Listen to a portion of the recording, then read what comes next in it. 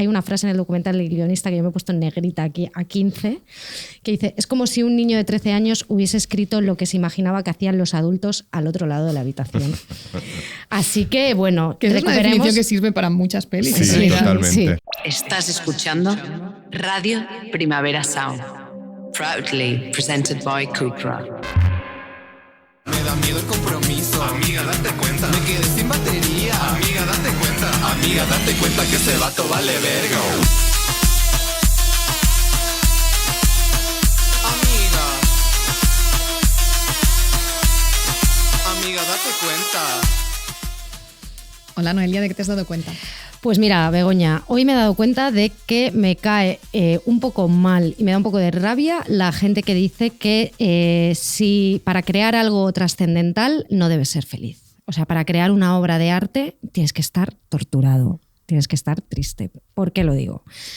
Lo digo porque hoy venimos a hablar de este tema un poquito, ¿no? Y hay un debate cíclico que pasa mucho, ¿no? Y ha pasado ahora con el disco de Taylor Swift, que solo reconozco que vi el slide en Instagram, en el que ponía, ¿estaba Taylor Swift demasiado contenta para hacer este disco y este disco es malo? Un poco venía a decir esto, Un ¿no? artículo del New Yorker. Del New Yorker. Y me dio muchísima rabia, porque me da mucha rabia esto de que la gente que venga, que diga y te diga... Es que no me gusta cuando esta artista, porque recuerdo que escuché tu sección en el Buste Primer en el que hablaste de Taylor Swift y una de las becarias que está allí trabajando decía, no me gusta este disco porque está muy contenta, se nota que está muy contenta. Y dije, ¿por qué dice eso? No, Elsa, o sea, es un amor. Sí, que es un amor y que y probablemente mucha gente le pase, ¿no? Es como, bueno, pues...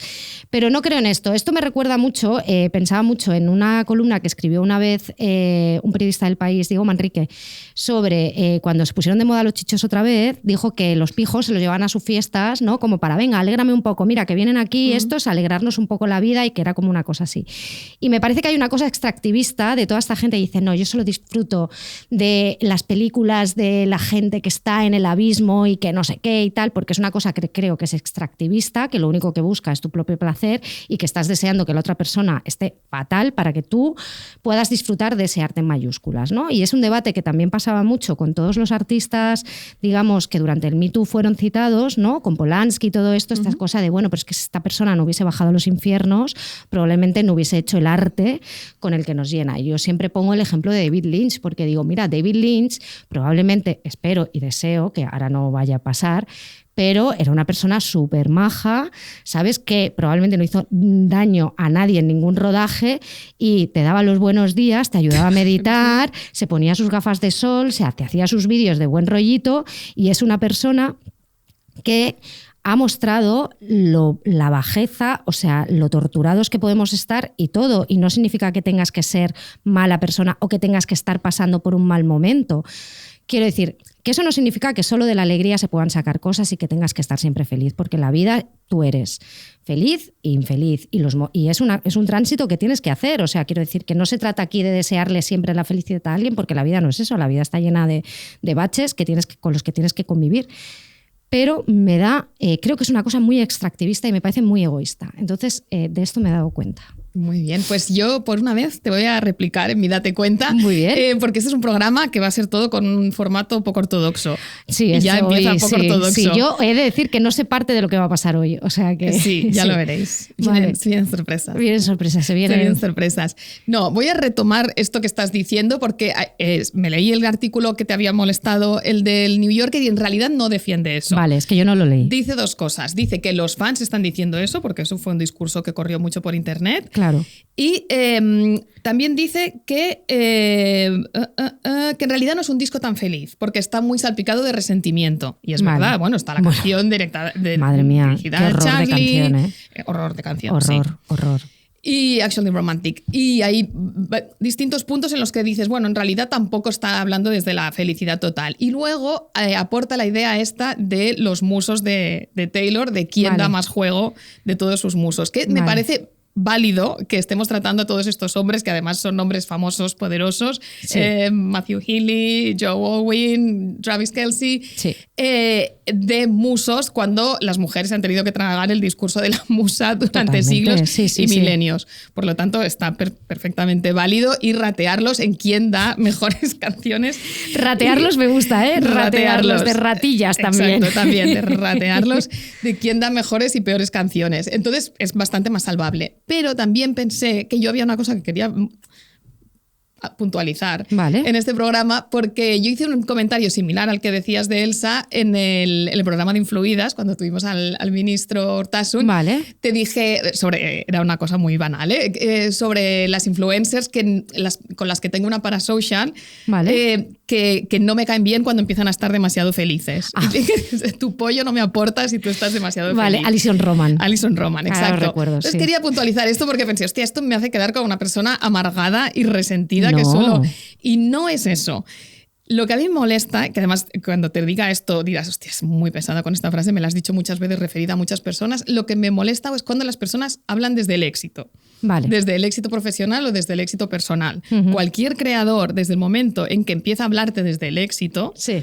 que eso es como un lugar de enunciación fácilmente detectable. Me gustaría Claro. dar mejores ejemplos, pero no puedo. Por ejemplo, tú Porque no tendría puedes que rajar escuchar de ya, tú gente. no podrías escuchar, claro, yo cuando escuché el podcast de Exacto. Colger Daddy, de Shonda y ellas hablaban desde el éxito, que eso da Claro. rabia, Da muchísima rabia. da rabia, pero también es innegable que ellas han alcanzado un Sí, yo sitio no pido en el que los también creadores una se falsa van para atrás. humildad, Ya, ya. pero tú lo sabes, tía. Nosotros hemos entrevistado a muchísimas personas muy exitosas y las personas verdaderamente inteligentes e interesantes no hablan desde el éxito.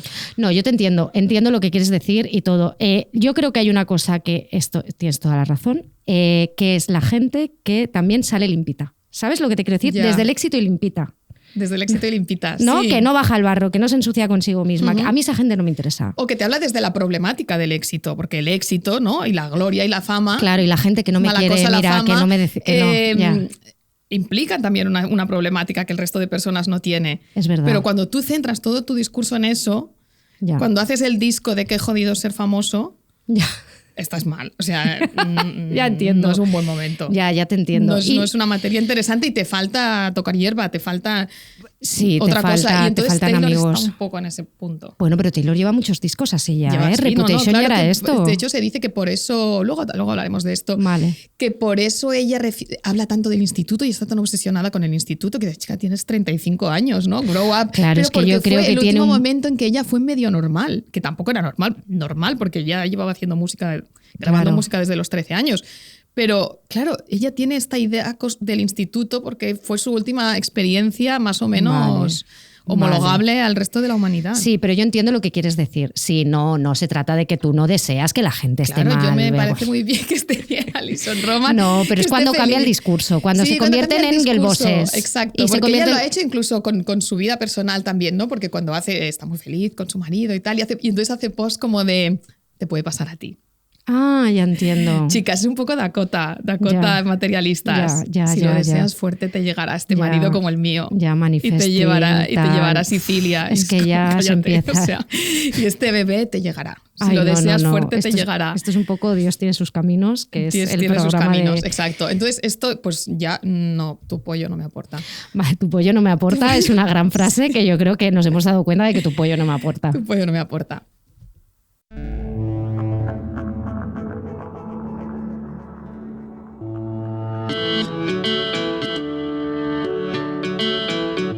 Amiga Date Cuenta, con Noelia Ramírez y Begoña Gómez Urzaiz.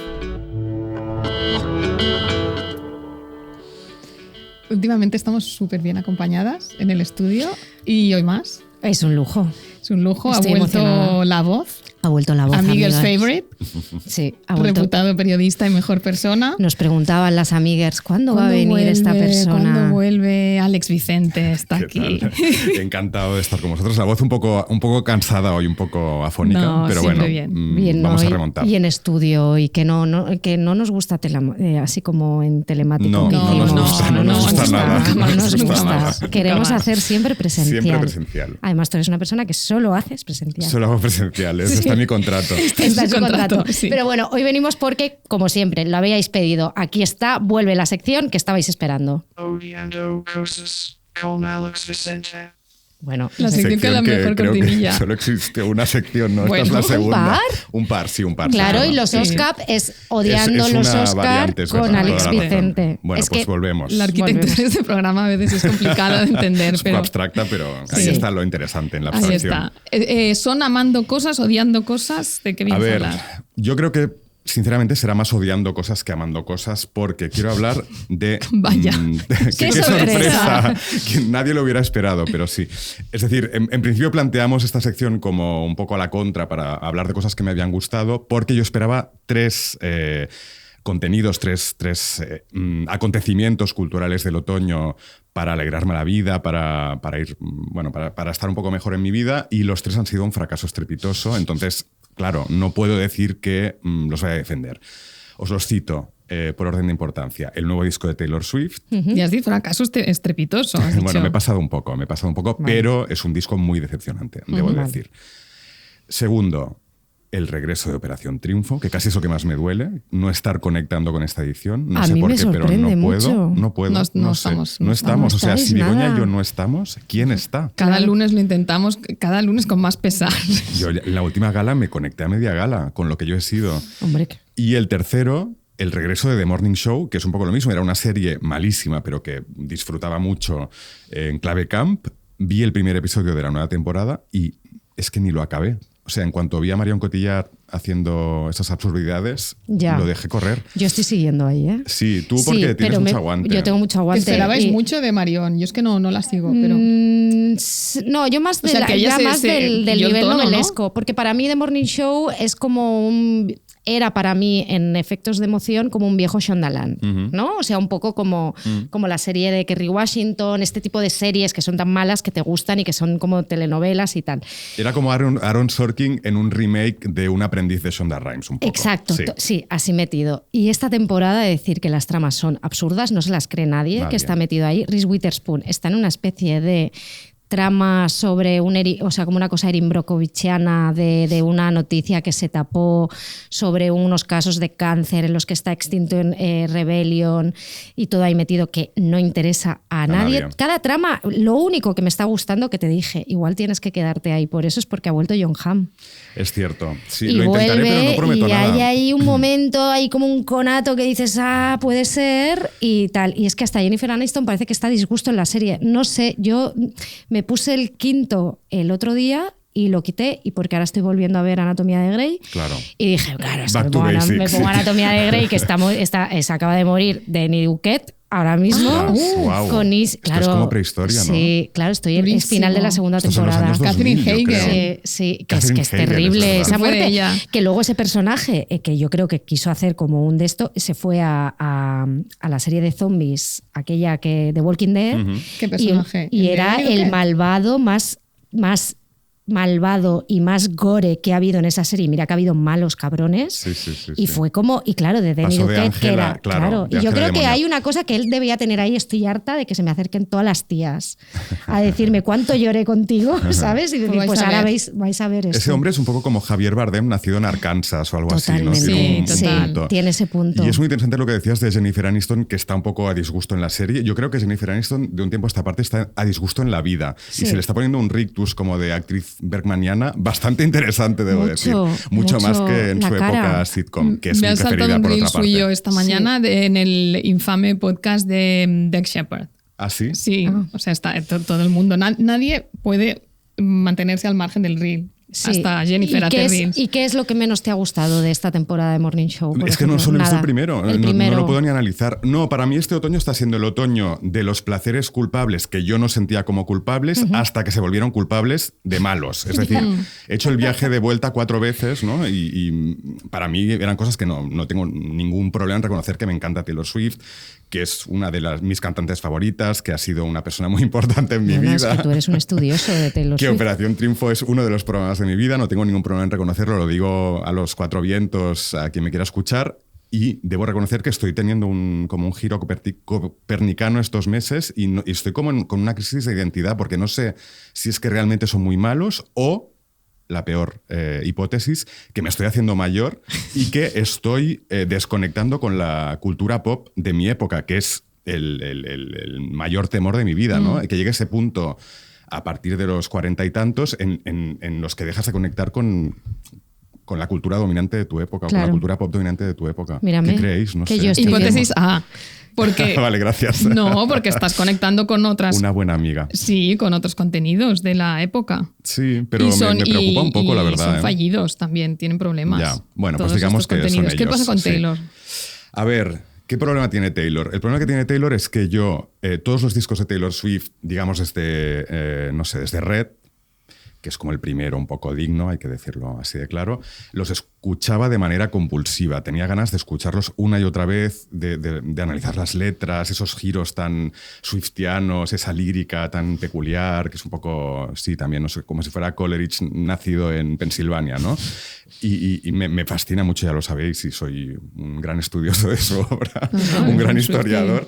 Y en este caso debo decir que empiezo el disco, me gustan las 2, 3, 4 primeras canciones y a partir de la quinta desconecto y lo paro. Y esto no me ha pasado nunca, de verdad. O sea, con ninguno de sus discos, incluso los que se consideran peores, no sé, Reputation o Lover, en mi vida han tenido vidas muy largas. Los he escuchado Claro. durante muchos años y les he sacado mucho partido. Y este, de verdad, que no lo consigo. Me parece...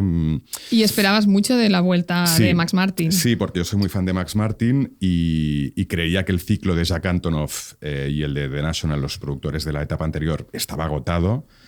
Se notó un poco en The Torture Poets Department, que es un disco bastante estimable y que ha crecido con el tiempo, pero que ya desprendía un poco una cosa de fin de ciclo. Y la vuelta de Max Martin me pareció una muy buena noticia. Creo que en las 2 o 3 primeras canciones se nota mucho su huella. Por ejemplo, The Fate of Ophelia, que es el single, es un temazo. Es un temazo sideral, En sideral. gran parte gracias a Max Martin, yo creo, con esa producción tan característica.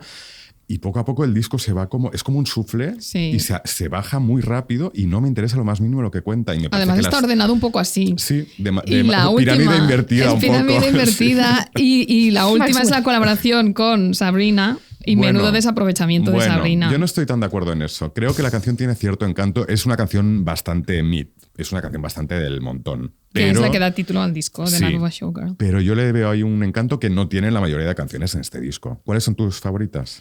Opalite. Como estudiosa tú también. Sí, yo también soy Swiftie crítica. Opalite, porque pues, que es pop bombástico. Sí. Me gusta bastante Elizabeth Taylor. A mí también. Me gusta Sí, mucho, a mí me gusta también. mucho la letra de Elizabeth A mí Taylor. las 2 Sí, primeras son sí. mis favos. Esa es de la época. La primera es la del baile, Sí. Sí. ¿no? Que es el hit. Luego va Elizabeth Y Taylor. luego Teníamos que haber Elizabeth hecho el Taylor. baile. Sí. Lo hemos Sí, ensayado. Sí, no lo hemos ensayado y mira que es fácil. Mira que es Es que lo es fácil. para un año, 2 No lo años. hacemos. O sea, el Taylor es como, de verdad, ella baja el listón ahí, venga, va, al baile. Bueno, es que el baile no bajado es su... Tiene altas capacidades, pero no para el baile. Y las menos favos, está claro. O sea, Wood no Uf, qué consigo horror. escucharla Horrible. sin encogerme de vergüenza. Es que las letras son muy cringe en todo el álbum, ¿eh? En gran Recordemos parte que es del la álbum. canción dedicada Y a tienes- la polla de Travis y no era totalmente innecesario Sí. en nuestras vidas. Y tienes apuntada también Ruin the Friendship. A mí no me disgusta esta. Bueno, a mí no me gusta mucho. La A veo mí no me totalmente gusta. el verano de las tetas. Sé que sonará Sí. allí Es totalmente y verano de será las como- tetas. No, es que me molesta un poco el concepto. Ah, claro. Toda esta canción va de un chico que era como su medio noviete del instituto que decidieron no darse un beso para no arruinar la amistad. Entonces, yo creo que, o sea, ella está en un punto ya de solipsismo muy loco. Sí. Está y dando entonces vueltas ella, yo sobre sí creo que misma. ella Normal, por otra piensa, parte, también, si pero yo bueno. le hubiera dado un beso a este chico con 13 años, no se hubiera suicidado. Que luego salió su madre diciendo... Porque este que chico le se había suicidó dedicado. y le Sí, llamó a claro, su amiga claro, Abigail. claro. Sí, es que parece una canción sobre Blake Lively, pero Te no, acabas de no va quedar. por ahí. Te has quedado no va muerta. por ahí. claro. Te has quedado muerta como el muchacho. El muchacho se suicidó. Entonces ella le da una vuelta y bueno, y Elizabeth Taylor la escribió porque los padres le mandaron unos vídeos en los que un hijo de Elizabeth Taylor le decía la única celebrity actual que me recuerda a mi madre es Taylor Swift. Ay, esto no lo sabía. Sí, Qué fuerte. Pues faltan datos. Sí, eres una estudiosa. de Bueno, verdad. dossier. Yo siempre vengo con Dossier. datos. No quiero decir que a ella solo llega a su corteza cerebral lo que tiene que ver con ella misma. Claro. Oye, ella está en Sí, un sí, punto, sí, no está sí. bien.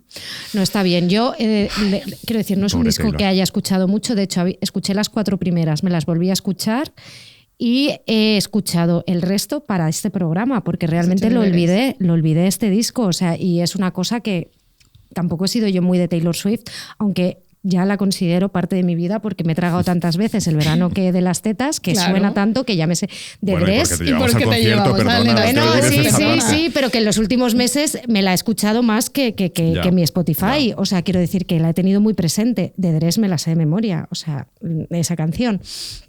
Pero me ha parecido, lo que peor llevo yo de este disco es la canción contra Charlie. Me parece Sí, una estoy de cosa acuerdo. terrible. Es horrible. Me parece una cosa como, qué desconexión tienes de la realidad Es que y es qué eso. mal has entendido la canción que hizo Charlie en ese momento, que era una cosa, vi un reel que lo contaba un chico súper bien, no recuerdo el nombre ahora, lo buscaré, pero que hablaba, ostras, Charlie XCX hizo una canción hablando de su propia sensación de no estar a la altura respecto a otras artistas y cómo sentirse así y todo eso, que es una cosa muy personal y muy vulnerable. Sí, sí. Y tú has Y hecho una cosa ella revanchista. ha cogido eso. A ver, discrepancias. aclara, venga. Yo creo que en la canción de Charlie XCX sí que hay una parte de mala leche, que luego se vendió como, bueno, ella habla de su sentimiento de inferioridad respecto a otras estrellas, pero bueno, teniendo en cuenta que fue novia o es novia de uno de los miembros de The 1975, ¿no? ¿Es Charlie. eso? ¿No? ¿Cómo va Sí, eso? está casada. Eso es, eso, George perdón. Sí, Daniels, sí, sí. ¿no? Y que Taylor Swift salió con el líder de 1975, que Vale. hay unas Matty Healy, movidas claro, muy fueron ahí raras. como concuñadas Sí, durante Bueno, un que tiempo. ahí hay- Claro, que ahí se no hay, encontraban hay en el salseo. backstage. Hay salseo, Romance y que hay duró una 2 parte- semanas, recordemos. Pero que dio para 34 canciones del Sí, disco sí. anterior, sí. No, yo creo que sí que había una parte de mala leche. Lo que pasa es que la respuesta de Taylor es muy decepcionante porque es homófoba, para empezar. Es decir, Sí. está diciendo, estás obsesionada conmigo, estás enamorada de mí, eres lesbiana. Perdona, o sea, ¿qué Sí. respuesta es esta? Y, a la vez... utilizar las drogas también como una Sí. cosa Sí. como denigrante, ¿sabes? Totalmente. O sea, Que es aparte como de feo. decirle, ¿no? A Charlie XCX. Y empezar la metes canción ya cocaína, con es la como coca, si- con la coca, Sí, sí, ¿sabes? sí, o sea, sí, que me parece sí, una sí. cosa como, tío, no Y a hace la vez falta. corresponde mucho a la nueva era de Taylor Swift, que es la era conservadora. claro. Es decir, que ponen en entredicho todos los discursos feministas o pseudofeministas de los últimos años. Es un giro un poco trágico, yo creo, en su carrera. Lo que pasa es que yo tengo esperanza porque creo que es una grandísima artista y que se va a reencauzar en algún momento.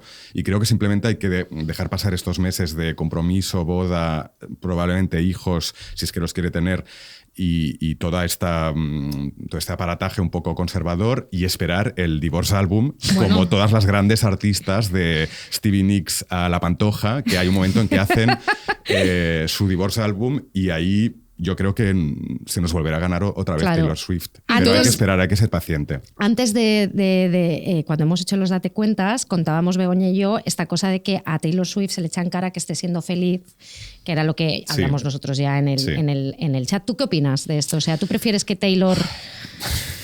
A ver, yo estoy muy contento por ella de que esté feliz porque no Sí. le deseo ningún mal. Ahora bien, creativamente creo que no le ha sentado nada bien ser feliz. Vale.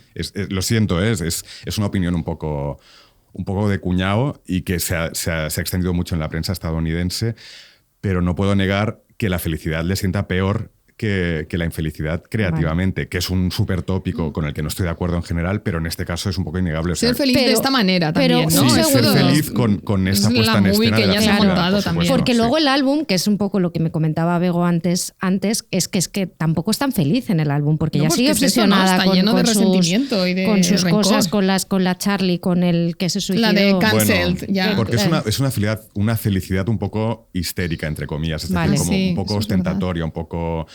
Pues ahora os vais a joder porque yo soy muy feliz y vosotras no. Vosotras queréis un Oscar anillo. y yo tengo un anillo Sí. y la polla de mi novio que es dura como la madera. O sea, que esto Ya. es literal, ¿eh? Eso es Literal. lo que Literal, dice sí, sí. literal. Es muy Y fuerte como eso. una roca. Como una roca, sí. Sí. Entonces, Y un cohete. bueno, una roca que además es como el juego de palabras entre el el anillo anillo, The y Rock, el miembro Coming My viril. Way. Es que es todo toda un esa poco, canción- un poco drama. sí. Claro, es que es un poco de Por eso Taylor. estoy devastado, la verdad, de tener que reconocerlo, pero Ya. es todo un poco drama. Y Y se ha aún así dicho- el disco no es un horror. Hay cosas que Claro. están bien, pero respecto a la carrera que llevaba en los últimos años, yo creo que es un paso hacia atrás en lo personal y en lo profesional. Y era innecesario, nadie se lo pedía ahora, Nadie. 11 meses después No. del anterior disco. después de haber saturado el Sí. panorama mediático, nadie se lo pedía. Yo creo que también hay un poco de ansiedad en Sí, ella, de sí. otras están surgiendo, Sí. está ahí Sabrina, está Olivia, Sí, está tal, sí. me están comiendo el pastel, Addison Rae, no sé Sí, qué. Bueno, sí, que sí. ella quiere estar allí y recordar a todo el mundo, yo soy la Bueno, jefa. porque es un personaje eminentemente neoliberal, es decir, es una persona que nunca va a dejar de ocupar todo el espacio y de funcionar de manera turbocapitalista. Entonces, por supuesto que no va a dejar 6 meses en los que, bueno, dejó sí creo que 9 meses o 6 meses o algo así, en los que desapareció con algún apunte de vida personal y tal, pero claro, es una persona que no va a dejar de ocupar el espacio hasta que la echen, Claro. si es que eso pasa algún día. Sí, a mí me sorprende mucho de todas estas artistas y creo que Taylor y Rosalía en cierta manera se parecen bastante en toda esta capacidad de que no hay puntada sin hilo. ¿Sabes claro. lo que te quiero decir? Que cada cosa que Sí, hagan sí, sí, públicamente está pensada, es estratégica. O sea, ellas tienen una conspiracionista dentro, o sea, tienen su propia conspiracionista, sus easter eggs ya metidos, ¿no? Y es francamente abrumador y a mí me parece como hasta un poco terrorífico ese espacio de todo lo que tengo que hacer porque que me parece inteligente dentro del mercado capitalista, funciona muy bien Claro. por eso precisamente, ¿no? Pero como que no hay espacio para la naturalidad, o sea, hasta la naturalidad está pensada, ¿sabes lo Sí. que te quiero decir? Sí, sí, La por Entonces, impostan supuesto. muy bien, ¿no? En el caso de Rosalía, yo primero escuché la entrevista de Radio Noia con Marvel Verdú y cuando después se ha sabido más cosas de Lux y hizo el anuncio, Sí. pensé, todo esto que parecía como tan casual, que ella hablaba de la espiritualidad, que ella hablaba, estaba todo ahí ya. Claro, y a mí me recordaba mucho a los cuando fuimos a Milán, que hacen las canciones sorpresa, que también las canciones sorpresa, el piano que sacaba ya tenía una cenefa del próximo Sí, disco, sí, o sea sí. que todo está ya como, y ahora sacaré esto, que esto va a ser. Hay un plan de marketing Es un poco que no- excesivo. Sí. que es no, realmente dentro del sistema es perfecto porque tú lo haces de una manera que todo cuadra, todo va bien, con las fechas, con todo y tal. Pero claro, es una cosa que a mí me parece abrumadora. O sea, realmente decir, "Buah, es que ser un artista pop hoy en día tienes que tener una mente, no sé, no te puedes permitir una resaquita porque claro, si un día dices Una algo siesta. más, una siesta, ¿no? Porque Tienes que porque jugar ajedrez en tienes 3D. que saber todos los pasos que tienes que dar y cómo tienes que decir Ya. esa palabra y cómo introducir eso para que entre de esa manera. Hostia, Y es- ella Bueno, anunció es el que- tema de la showgirl, que luego no está muy reflejado. Tú dices que sí, que la A showgirl ver. está. esto lo debatimos Esto en lo el vamos- chat. Lo vamos a debatir. Defiéndelo. Porque yo dije que tanta foto, tanta bañera, Tanta lentejuela. y en el fondo lo que está dando es mucho contenido para que otra gente cree contenido y diga, mira, y todo se genere un discurso en torno a ella y así simbología, y luego escuchas el disco y es el pollón de mi novio, Quiero tener la tal y canasta bueno, de básquet en el patio y Pero los- Alex quiere A ver, decirnos. yo creo que es un concepto un poco vago, estoy de acuerdo, pero bueno, creo que se le está exigiendo una literalidad que no se le exige a nadie. Es decir, cuando Vale. Beyoncé saca Lemonade no se le exige hablar de cítricos, ¿no? Ya. Pues esto es un poco lo mismo. Ella es un disco que compone y graba durante su gira europea del año pasado, en el que vive, un año en el que vive como una showgirl, que cada noche tiene un show y en los días de descanso se va a Estocolmo a grabar una canción con Max Martin, ¿no? Y yo creo que de ahí viene un poco la idea de la showgirl, con guiños también a showgirls del pasado. Hay en Opalite hay como una sonoridad un poco Motown, un poco girl group de los 60. Hay como pequeños guiños que llegan a su eclosión al final con el tema de Sabrina Carpenter, que es literalmente la historia de Taylor Swift, pequeña, creo, que va a ver a una cantante que ella admiraba. Se dice que podría ser Britney Spears porque la fue a ver al salir de un concierto. Hay como fotos que guay. bueno, no sé si es eso, pero bueno. No, pero sería muy guay. A mí me parece guay que eso. rescata un poco la mitología de la showgirl como curranta, yo creo también. Idea un poco debatible en el caso de Taylor Swift, Sí, porque ¿no? no es que sea como es una proletaria. identificación un poco extraña. Bueno, pero No, yo pero creo, nadie yo más creo que trabaja más que ella, ¿eh? Sí, desde Sí, luego, sí. hombre. Pero bueno, no en condiciones Pero la precarias. showgirl Sí. está conectada también con un poco el mundo sórdido del show business, ¿no? También, Claro, sí. No, y ella lo ha vivido en sus carnes, es así. O sea, luchó por sus canciones. Sí, bueno, Y, y tuvo luego, ahí todas estas cosas y toda esa gente que le metía mano en los meet and greets y no. O sea, Sí, no hubo el sí, locutor sí, aquel sí. que le tocó el culo y tal, Sí, y que sí, ella sí, salió. sí. O sea. Bueno, y que la figura de la showgirl, esto es un poco sociología de Chichinabo, que es mi tipo de sociología Cuéntanos, la que más favorita. nos Es el gusta. tema de este programa. que estar ahí arriba cuesta un trabajo, ¿no? Y que hay que salir tú sola al escenario cada noche y defender tu trabajo. Y que luego la imagen de uno mismo, o sobre todo de una misma, es una fantasía superproducida, sobreproducida, ¿no? Que que esto es una idea muy presente en la actualidad y por eso hay tantas showgirls en la cultura pop de los últimos meses, de los últimos 2 años, ¿no? Hay muchísimas cosas que han salido en torno a la showgirl de manera un poco oportunista, porque también es una iconografía muy vistosa, que entra muy bien, que genera un contenido muy atractivo visualmente. Pero yo creo que ahí hay algo que también nos toca sociológicamente respecto a nuestra época. ¿Tuviste la peli de Gia Coppola? Nosotros no la hemos visto. No la hemos visto es todavía. Malísima, Es muy malísima, mala, ¿no? malísima, ¿Dijiste? muy mala. Qué mal, pues es una mira, pena la de por Pamela Anderson. Sí. Ya. Bueno, ella está bien, tampoco es que sea una cosa espectacular, pero sí, reproduce muy bien esta cosa de la showgirl como pin-up de clase obrera, un poco como pin-up cutre, ¿no? Vale. Sí, como la proletaria del espectáculo, completamente sexualizada, que se empodera en un momento dado y que invierte un poco los patrones de dominación con los que se ha tenido que construir. Eso es muy interesante, pero la película es bastante mala. Es que tal y como lo planteas, he dicho, yo quiero ver esto. Ya. No, yo Ya lo quiero hablaremos. verlo. Ya lo hablaremos. Pero sí, fue muy curioso, ¿no? Cuando se anunció el disco en verano, que nos vinimos arribísima en nuestro chat y todo, yo me guardé como 800 Instagrams desde la Tate, desde la revista W, sacando todas las fotos que habían hecho con showgirls, todo, y era como, jo, qué tema, cuánto se puede sacar de aquí. Y a mí se me desinfló. Sí que veo que luego la iconografía del videoclip y las fotos y todo, me parece que como tema, o sea, que como acomodación capitalista ha funcionado muy bien, pero que luego veo que hay una disonancia un poco, porque claro, luego es ella sentada en el plató de Jimmy Fallon enseñando su anillo en todos los platós y hablando de todo esto, y es casi más estética tradwife que estética showgirl. Sí, es verdad. Pero es un poco... Pero que quiero decir que también hay que separar que, bueno, que su álbum, ella en el fondo es una showgirl, porque ella en el fondo es esto, ¿no? Pero claro, es que en su vida están pasando estas Yo cosas. creo que hay que verlo como una especie de diario del año pasado, de principios de este año, Vale. de la vida que tenía en ese momento y de las cosas que le iban pasando, que conoce al jugador de fútbol americano, se compromete con él, se casa. Y es verdad que el reflejo de todo eso es un poco conservador y, por tanto, muy decepcionante.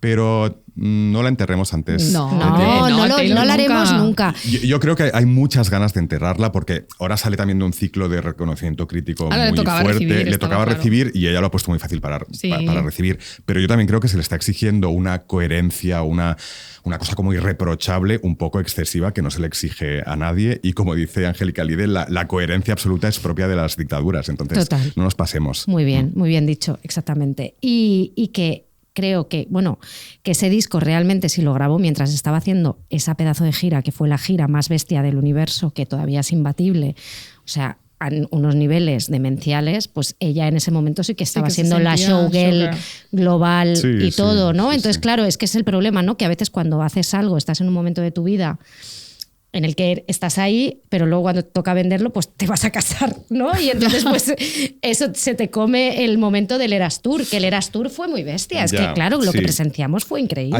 Hay un momento en el disco, una canción que se llama Eldest Daughter, que es la quinta, me parece, que la letra también es un poco zafia, pero a mí hay un punto que me toca un poco, que es cuando dice, bueno, habla un poco de cómo conoció a Travis Kelce, y que cuando él intentó contactar con ella le dijo, no, yo te dije que estaba muy ocupada, que no te podía ver, y era mentira. Y luego en un momento dado dice, te dije que no creía en el matrimonio y era mentira. Y ahí es como una puesta en duda de todo lo que nos ha estado vendiendo durante 10 años, que era como la víctima de múltiples fracasos sentimentales, un poco maltratada por Shakespeare y respuesta a Lover, que en Lover, sí, exacto, que es una gran canción. Es una gran canción. ¿Y tú te sientes defraudado como Sí, un Swiftie? poquito, sí, un poquito. Debo decir que sea, sí, aunque siempre sospechamos que era un poco un fraude todo esto. Es decir, claro que es una chica que creció queriendo casarse en algún momento y soñando. Claro. Pero bueno, a mí lo que me tocaba en ella era un poco la parte del desengaño amoroso continuo, ¿no? De tantas historias fracasadas que al final se vuelve un personaje un poco solitario, cínico y por tanto trágico. A mí había algo en esa contradicción que me emociona y que me sigue emocionando. Creo que esto será solo una fase de unos años, esperemos que sí. Que volveremos a la Taylor. A mí me gustan los primeros versos de esa canción, I have been afflicted by the terminal uniqueness, que yo no lo sabía y ese es un término que se utiliza en la rehabilitación de de la toxicomanía. Sí. Bueno, que esto Terminal es un clásico. Uniqueness, que es muy... Es muy Taylor esto. Es Una de muy sus Taylor, primeras claro. canciones. Es cuando tú tienes delirios de creerte muy especial. Sí.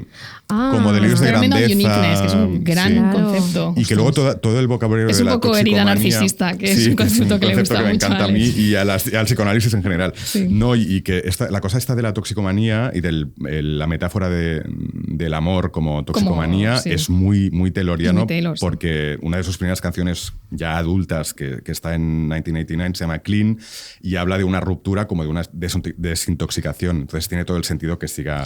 Porque en el fondo Taylor siempre está en el mismo campo semántico. Sí. Tiene como 3 o 4 Temas, ya está. Claro. grandes temas y los va declinando cuantos tropos. Si una y fuera otra vez. española Eso es. hubiese hecho Proyecto Hombre. Sí. Una canción que se llama así. Sería un tema. Vanessa Proyecto Martín Hombre. o Malú hubieran hecho Proyecto Hombre, ¿no? Es que es una terminología que yo he utilizado con amigas en Sí, rupturas. O Proyecto sea, estoy en Hombre. Proyecto Hombre ahora Proyecto mismo Hombre. desintoxicándome de todo. No, Claro. que sí, claro, es que, a ver. En el mundo Showgirls somos todos muy fans de Showgirls. Tú tienes muy presente también el docu, yo no lo he visto, que se hizo yo sí que lo sobre vi. Showgirls. Sí. Vamos a escuchar, vamos a poner una frase mitiquísima, por favor, para hablar de esto.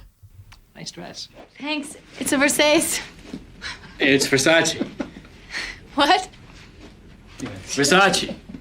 It's pronounced Versace.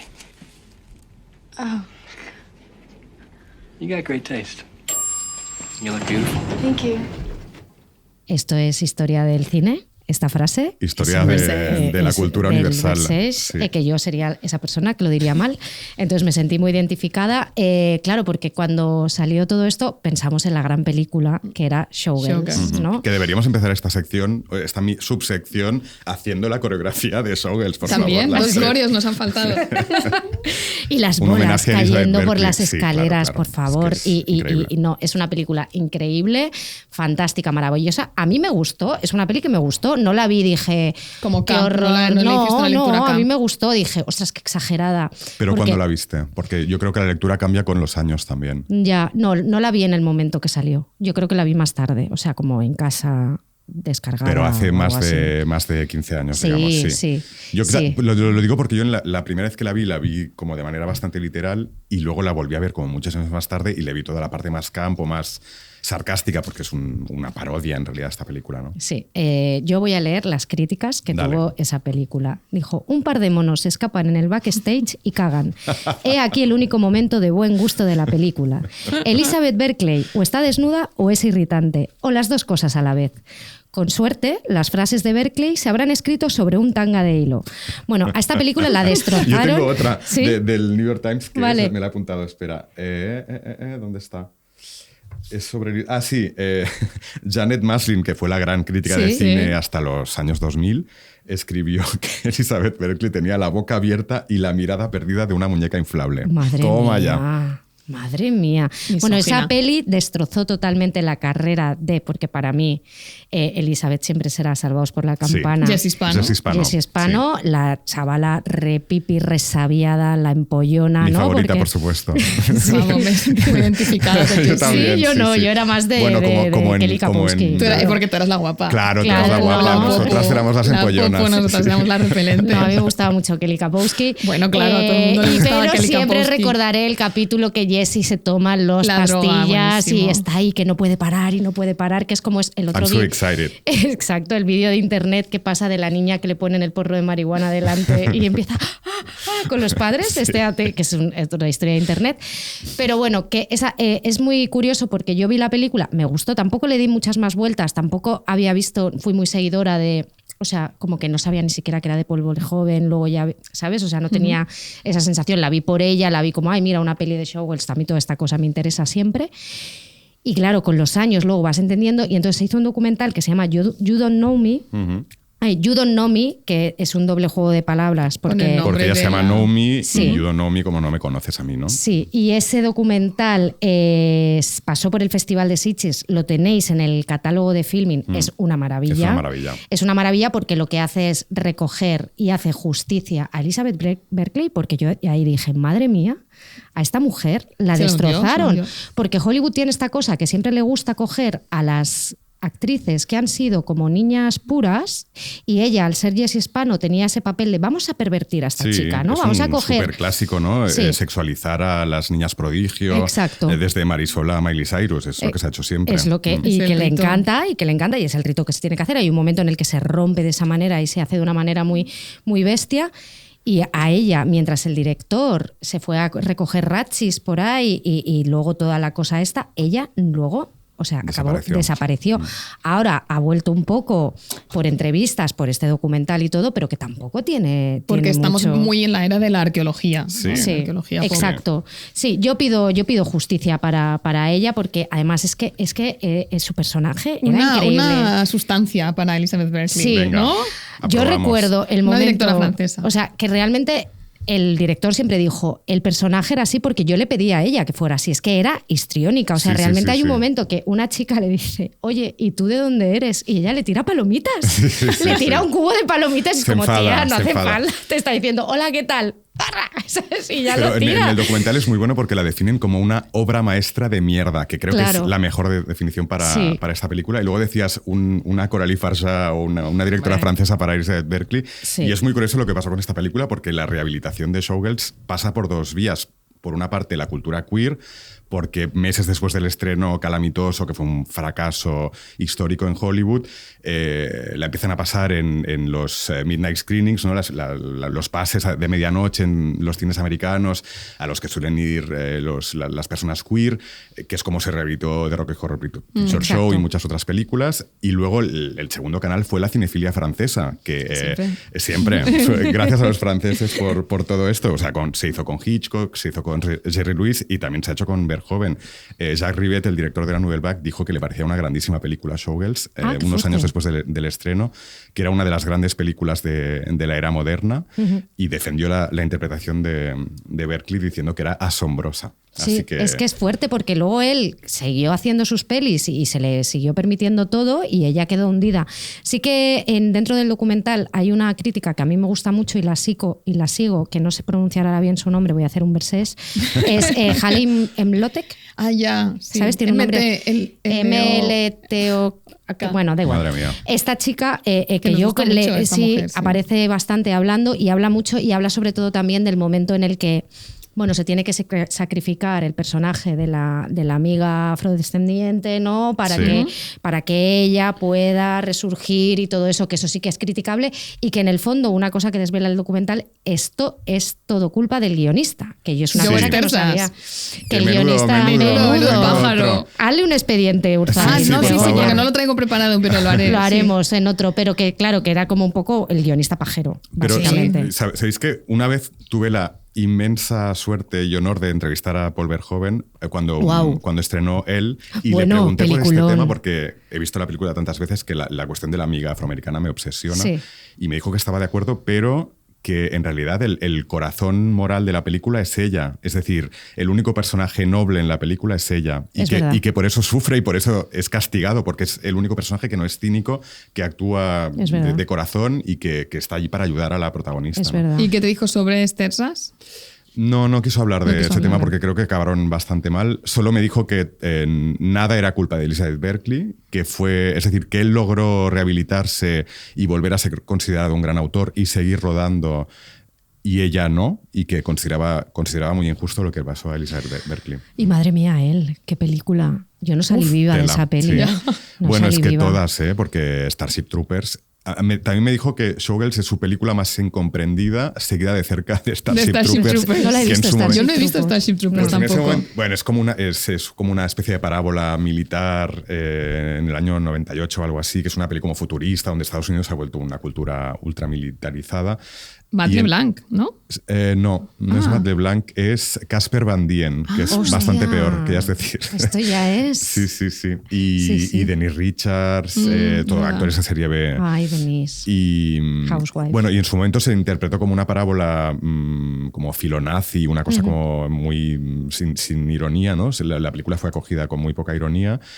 Y en realidad se anticipó a todo el ciclo post-11S de cultura estadounidense archimilitarizada. Militarizada. ¿no? Qué fuerte. Sí, dice que son sus 2 películas menos apreciadas de manera injusta. ¿Y qué tal es él de cerca? Bueno, es un señor holandés, así como muy, muy sarcástico y no necesariamente muy simpático, pero Vale. con una conversación apasionante. Bueno, es que claro, es que a mí él me rompió muchos esquemas que todavía no puedo descifrar de mí misma, ¿no? O Ya. sea, como que hay momentos en que te enfadas, hay momentos en los que dices, wow, hay momentos en los que no sé, bueno, Isabel, o sea, claro, es Claro. que, a ver, Es que, a ver, Es que Isabel, Reina. ¿Qué musa decir? de nuestro chat. reina Es reina musa. del universo. Queremos decir que hay una frase en el documental del guionista que yo me he puesto en negrita aquí a 15, que dice, es como si un niño de 13 años hubiese escrito lo que se imaginaba que hacían los adultos al otro lado de la habitación.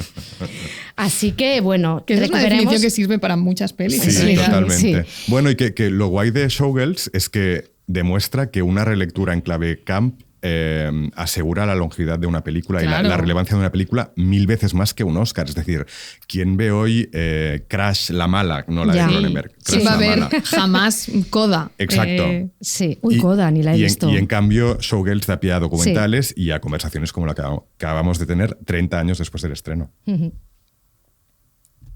Menciona amiga. Vuelve uno de nuestros festivales favoritos del otoño, vuelve La Alternativa. Estará del 13 al 23 de noviembre en el CCCB, en la Filmoteca, los Cines Malda y el Zunzeik. Y además parte de la programación la tendremos en Filmi durante el mes de enero. Nosotras hemos traído aquí 4 cosas del festi que queremos ver, ¿verdad? La primera, 2 grandes clásicos del festival, Elena López Riera y Los Patiño, serán los protagonistas de Los Satélites, que es esta sección en la que los directores escogen pelis para proyectar. Sí, hacen sus cartas blancas, tendrán una masterclass también, o sea que será muy interesante ver ahí todos los universos, ¿no?, de estos 2 directores. Yo estoy deseando particularmente ver Evidence, traducida como Evidencia, es de Liam Smith, está rodada en 16 Me llama muchísimo. ¿verdad? Está rodada en 16 milímetros, pasó por la Berlinale y entrelaza una historia familiar con la crítica al capitalismo y al análisis del movimiento neoconservador de Estados Unidos. Todo lo que nos interesa Todo aquí. lo que nos interesa. Así como el impacto de la economía empresarial en los cuidados familiares y todo, o sea, todo lo que nos está pasando hoy en día, todo el repliegue, más cómo llevamos todo esto a nuestras casas. O sea, que yo voy a estar ahí viéndolo.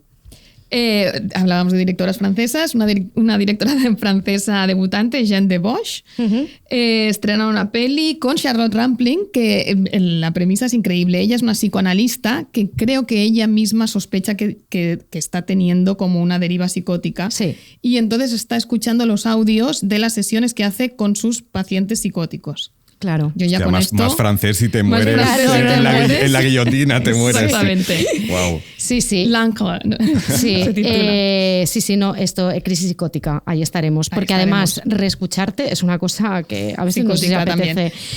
Y luego nos morimos de ganas de ver el nuevo corto de Rocío Quillaguamán, Por supuesto. que se llama Puricachai. Y bueno, yo a mí he de decir que me declaro desde aquí fan de todo lo que está haciendo en vídeo Rocío. Yo os digo que es como la John Wilson barcelonesa que tenemos aquí, que está haciendo una nueva realidad del humor de una manera, no sé, como muy especial y que, bueno, yo me muero de ganas de verlo. O sea, que ya lo sabéis, La Alternativa vuelve, edición número 32, madre mía. Wow. Del 13 al 23 de noviembre en el CCCB, en la Filmoteca, los Cines Malda y en Zunzeik. Y luego muchas cosas en Filmin. En Filmin en enero.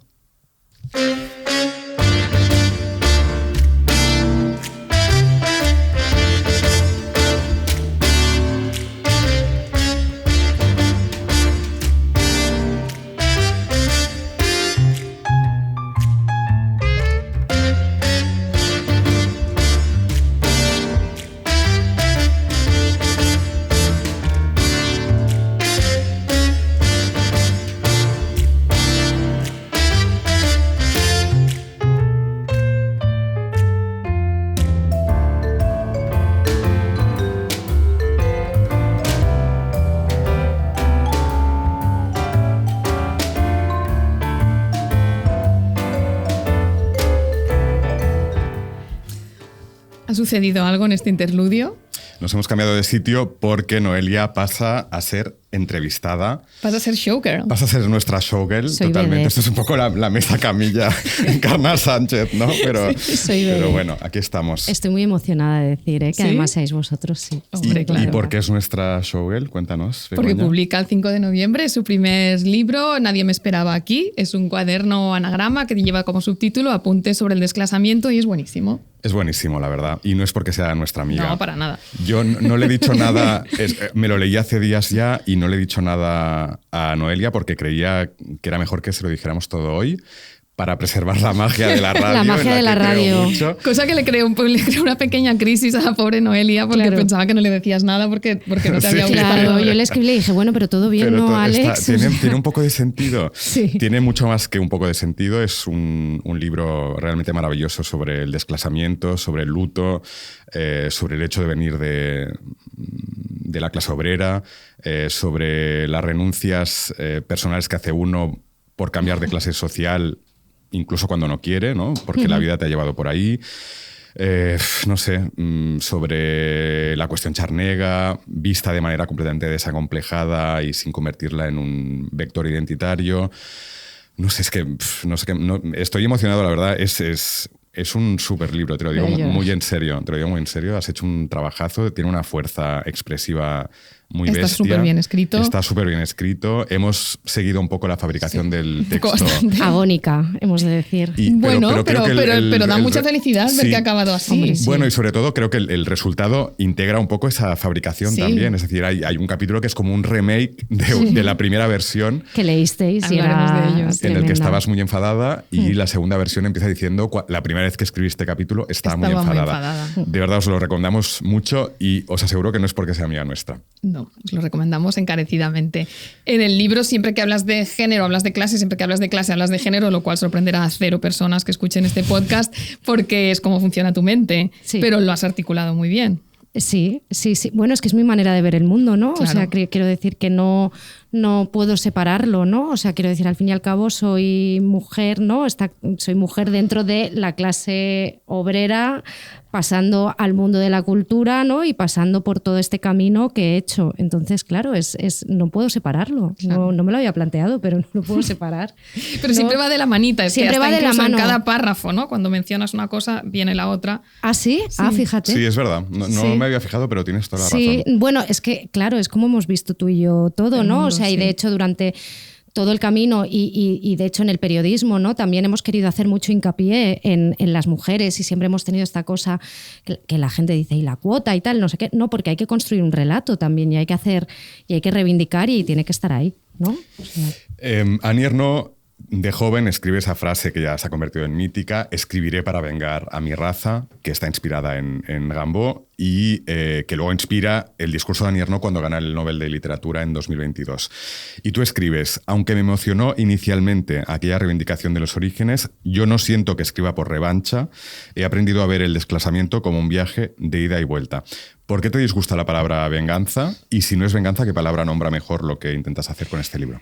Yo cuando escuché ese discurso me vine arribísima, porque dije, claro que sí, porque la primera emoción que te viene cuando alguien expresa su rabia, a mí me gusta mucho la gente que expresa la rabia, admiro A mí profundamente a la gente que expresa la rabia, lo dice, lo verbaliza, se posiciona y pone su cuerpo delante. Y en aquel momento lo cogí y me agarré a aquello, pero con el tiempo yo creo que hay una diferencia también a nivel de, no de generación, sino de cómo ha ido cambiando todo. Mi mundo no es el mundo de Annie Ernaux, es otro mundo.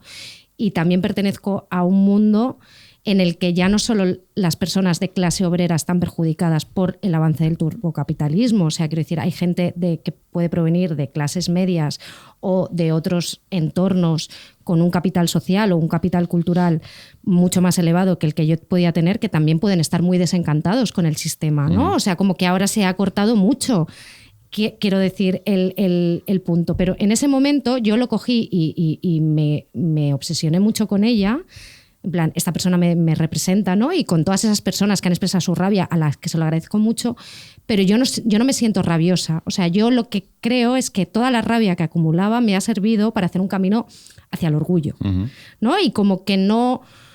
O sea, creo que es necesaria y que tiene que estar ahí, que la rabia es poderosa y que... Recuerdo que una vez entrevisté a Lauren Groff y me dijo, si la rabia la utilizas como un rayo láser, ¿no? Si la utilizas de una manera muy precisa puede ser muy poderosa, ¿no? Y yo creo que en este camino esa rabia te ayuda a afilarte como un rayo láser, ¿no? Y a decir, bueno, puedo transformar esto en mí misma y tal, porque quedarte luego también toda la vida con la rabia. A mí me ha pasado mucho, por ejemplo, con el tema de los salarios, con cobrar menos o todo eso. Entonces el hecho de... También llega un momento en el que dices, yo no puedo dejar que esta rabia por no tener lo que pueden tener otras me paralice o me haga o me quede aquí encerrada en este mundo, ¿no? Ya. Pero sí. Luego citas a Wendy Brown, que critica que los subalternos, ¿no? Los individuos subalternos tengan que clamar venganza para existir como sujetos, y de repente la herida a veces cobra todo el espacio de tu identidad, ¿no? Sí. Existes por tu herida, en cierta manera. Que entiendo perfectamente esta tesis y la comparto, pero ¿no crees que en el origen de todo sí que hay una herida? Claro, es que sin la herida no eres. O sea, sin la herida no puedes hacer ese camino. Sin la herida, sin la vergüenza. Ayer, por ejemplo, tú estabas... Alex hizo una charla fantástica con Didier Eribon en el CCCB y se habló mucho del insulto, ¿no? Le preguntaste por el insulto a él y él decía, bueno, con este insulto tú también construyes donde te sitúas y donde tú encuentras también tu momento, ¿no? Y esa herida te acompaña y te construye, pero a mí me molesta mucho el hecho también, porque luego el mercado te acomoda o te pone en una posición en la que parece que tú puedes, solo la herida es un escudo y es lo único. Wendy Brown habla de la fetichización de la herida, ¿no?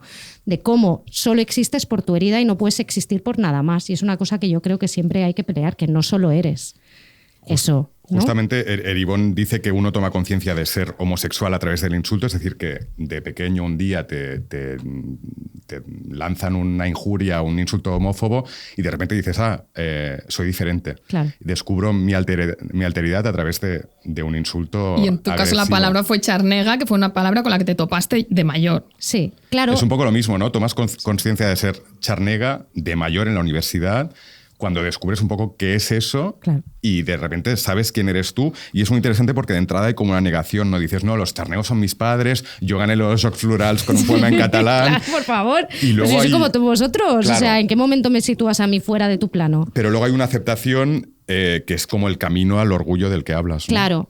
Sí, no, porque es una cosa que yo creo que le pasa a mucha gente que hasta que no sales de tu esfera o hasta que no sales de tu burbuja, al final no te das cuenta de tu alteridad, o sea, de qué representas para la otra persona, ¿no? Entonces yo cuando en el colegio nadie hablaba de charnegos, los profesores no nos llamaban charnegos, aunque eran profesores venidos desde Sant Just Desvern o desde el centro de Barcelona a darnos clase, nunca se expresaron estos términos, que probablemente ellos en su casa dirían, pues tengo a todos mis charneguitos, sí, ¿sabes? Pero en clase nadie lo decía.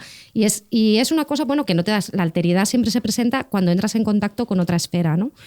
Y cuando aparece, yo recuerdo que dije, ¿pero por qué? Pero si yo soy como, o sea, yo soy como vosotros, pues si yo vivo a 7 paradas de metro de aquí, o sea, ¿cómo me colocas en esto, no? Y hay como un rechazo.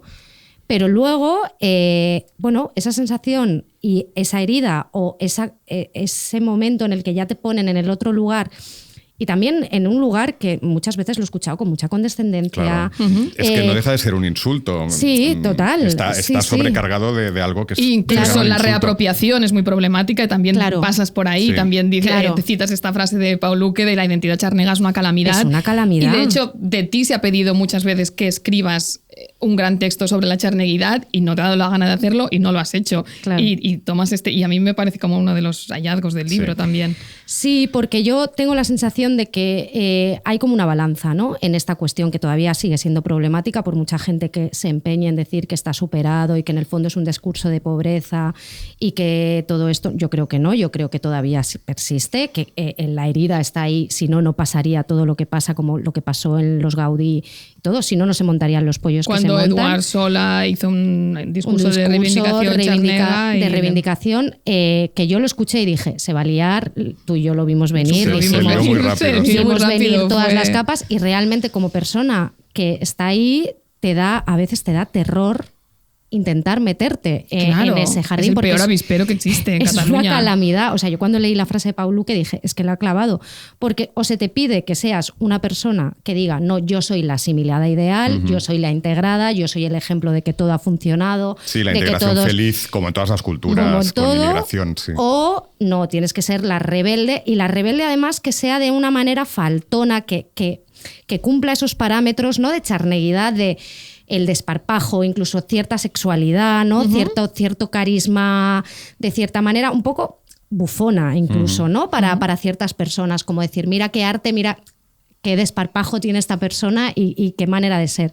Y a mí no me incomodan esas dos posiciones. Yo creo que hay gente que puede llevar la bandera como le dé la gana, obviamente, pero no me siento cómoda y creo que no transforma nada en realidad, ¿no? O sea, es interesante ver hasta qué punto han pasado, a nivel social ha pasado esto, ¿no? Ha habido un choque de migraciones dentro de un territorio y cómo se está desarrollando, pero se pueden transformar muchas más cosas y se puede aplicar a muchos más recién llegados y gente que viene aquí, ¿no? Porque, quiero decir, tenemos también ahora mismo un debate con las migraciones súper bestia y que va a derivar en muchas heridas en el futuro, ¿no? Hemos dicho antes que no te gustaba la expresión venganza o revancha, tampoco te sientes cómoda con la expresión transfoba de clase. Ah, sí. Es que yo no siento que me haya ido a ninguna parte. O sea, quiero decir que durante este camino, o sea, yo nunca he renegado del todo.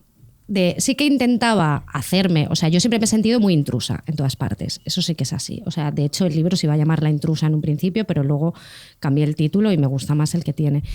Porque hay una sensación de que siempre vas a un sitio que no te pertenece y cuando llegas a ese sitio tú lo que quieres es adaptarte y asemejarte a la gente que está allí. Pero yo nunca sentí que debía... Sí que creo que hay un cambio generacional, por ejemplo, entre todos estos autores, como lo pensaba ayer escuchando a Didier Eribon y a Nierno y todos estos autores también de los 80, Andújar y toda esta gente de aquí.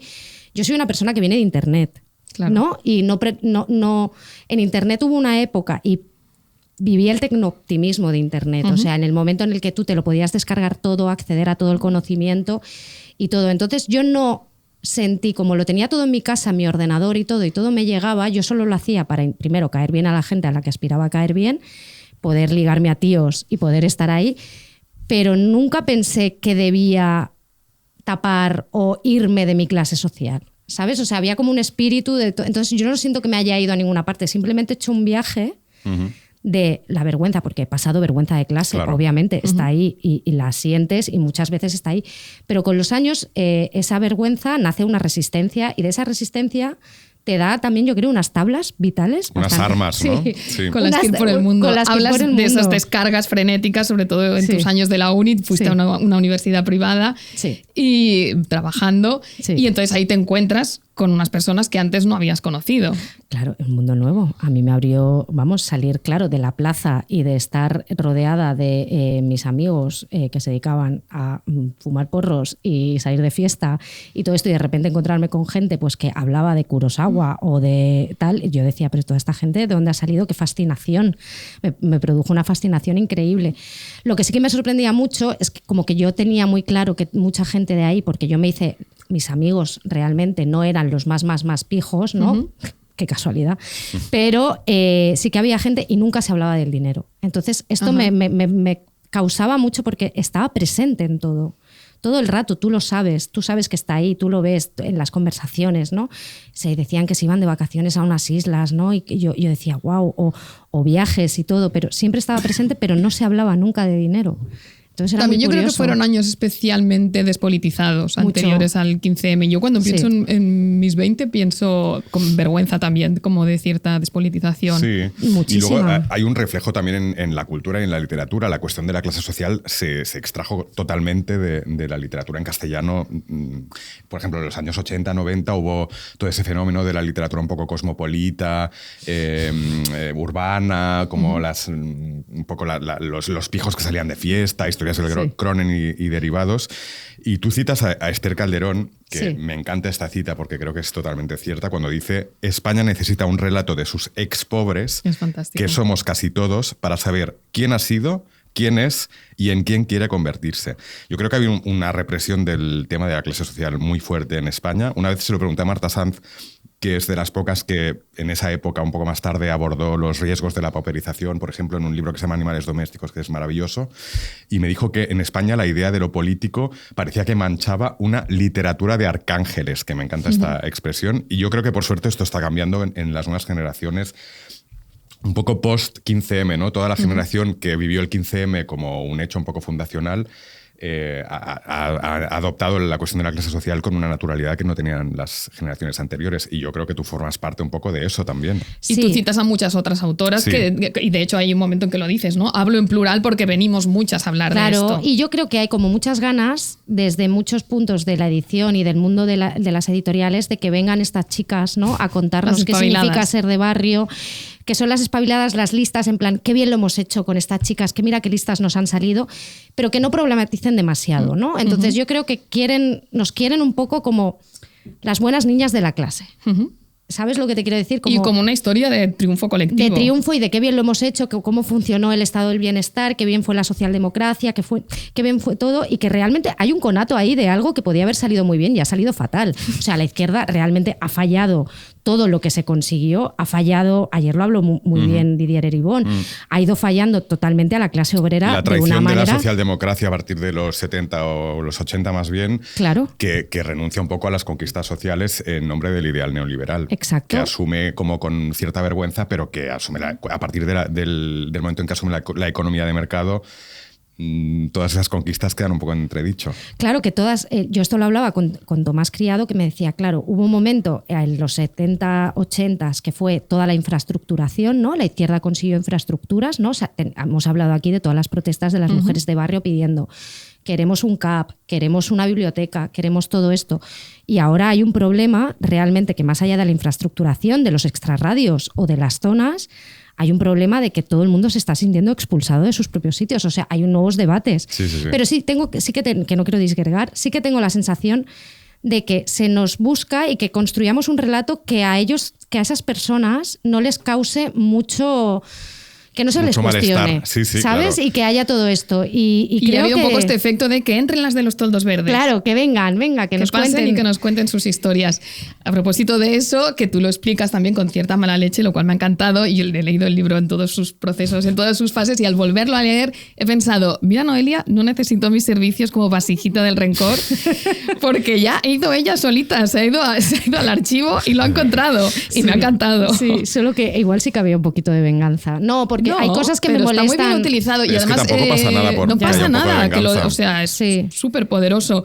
Y hay varios momentos que, bueno, nosotros los hemos detectado mejor que el lector que llegue puro al texto, pero que es que me encanta, está muy bien utilizado. Hay un momento, hay un arroz en la playa que tú no puedes acabarte por un tuit que lees.